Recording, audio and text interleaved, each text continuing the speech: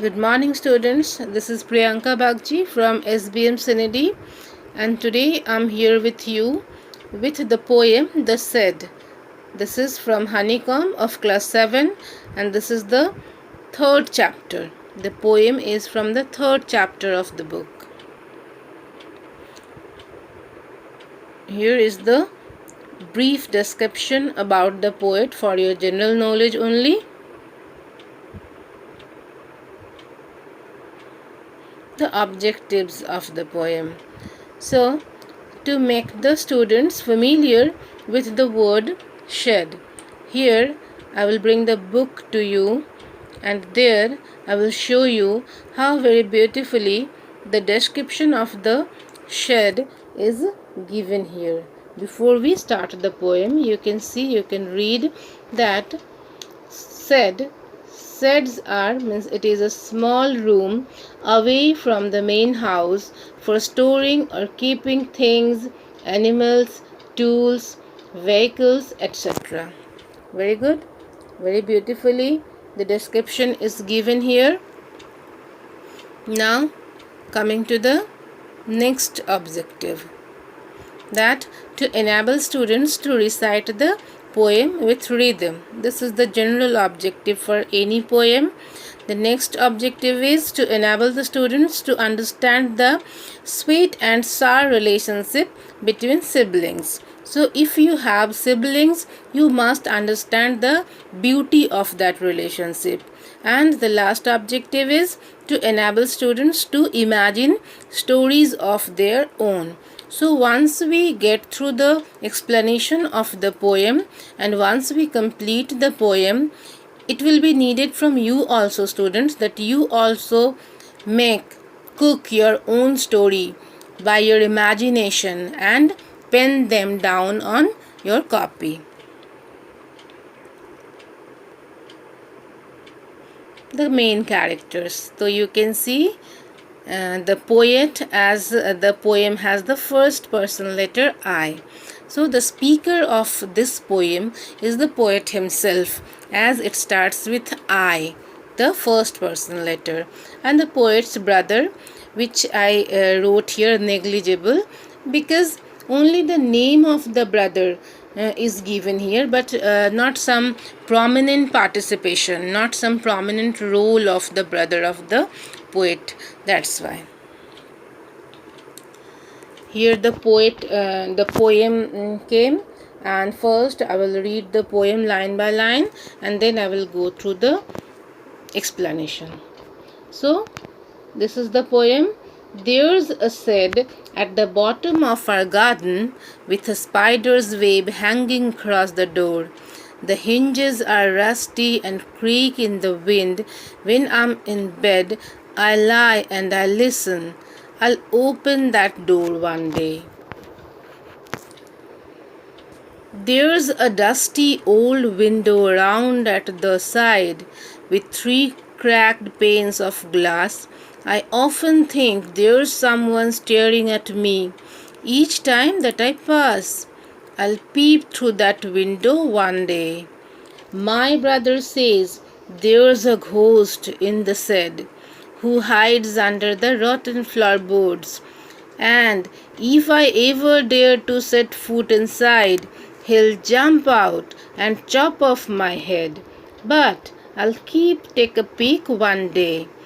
I know that there isn't really a ghost. My brother tells lies to keep the shed for his den. There isn't anyone staring or making strange noises, and the spider has been gone from his web since I don't know when. I'll go into that shade one day soon, but not just yet. So the poem completes here, and you can see that how beautiful the development is. The development is of the age of the poet as well as the development of his understanding of life, the development of his thoughts, as from the first stanza to the last stanza. You can see how first he thought that one day he will open the door, then the next stanza and the next after that stanza he thought that he will peep inside the door one day, and the last stanza you can see that the poet said that I will go into that shade one day soon. Okay, so in these three stanzas only you can see that there is a development. Okay, development from a child to a mature, development of age, development of thought, development of understanding. But the last line, but not just yet, it again shows the childish attitude of the poet, that he took all the promises to himself that one day he will peep, he will open, he will go inside the shed, but then not just yet, because still he had a fear, he had an afraid of his elder brother.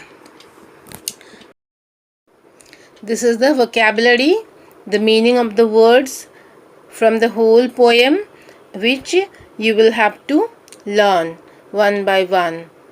And then comes the poem highlights. Today I am going to discuss these 5 important points first, and the rest we will discuss next day. So the 5 points are as follows: that the first point is the description of the shade and its location. The second point I will discuss today, that is the mysterious sight of the shed with spider web. The third is the creaking sound made by the rusty broken iron door.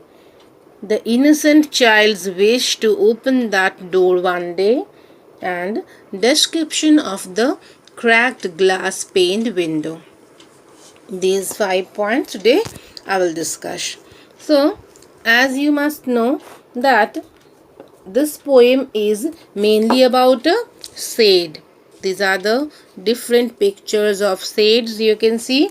This poem is about a shade which already I have described that it is generally a room away from the main house for keeping things, animals, tools, damaged, unused materials of household, vehicles, etc. Shades can be taken as storerooms, but away from the living area. In the poem, the shed was located at the corner of the poet's garden. Here in this picture also you can see these are the scenes of some shades, and they are located at the corner of the living area. So there also there was a shade which was located at the corner of the poet's garden. The shade was in worst condition. There was a spider web on the door of the shed, which was enough to give it a ghostly look. So you can see here the spider web. Spider web, we must understand. Spider you must know, and spider web, the home of spiders, that is called the spider web. So here is the scene of the spider web, and which was enough to give that shade a ghostly look. The door was half broken and rusty. All these sides of the shed were giving it a mysterious and haunting outlook. The door was totally covered with hanging spider webs. The door was weather bitten. Okay, so this way the look was totally horrifying. Then, moreover, that the broken iron door, whenever wind blew, the broken rusty iron door and its hinges started moving and making harsh and high-pitched creaking sound. When the poet lied on his bed peacefully and would enjoy the pleasant weather, suddenly he would hear those screeching sound and mysterious noises. The poet got horrified. He would think that hardly anybody went inside the shed. Therefore, the hinges or the door joints had become rusty and so made such kind of a noise whenever the winds made them move. It created creaky sound while closing or opening of the door. The look was horrific, and that look stopped the poet from entering it. The rusty, creaky door, spider's web in every corner made the poet believe in the scary stories he had heard before. This is also very natural, people, that if you are alone at home and if you have heard ghost stories before, all those ghost stories you must remember at that time. So this is very natural, and this was happening with the poet also. He too started thinking that there must be presence of ghosts inside that shed, which generally children think. This thought scared the poet very much, but being a curious child, in spite of all these horror and terror, he promised himself that one day he must open the door to see what was living inside that shed. He decided to witness everything by himself one day. Then there is the description of the broken window pane. You can see on the next page.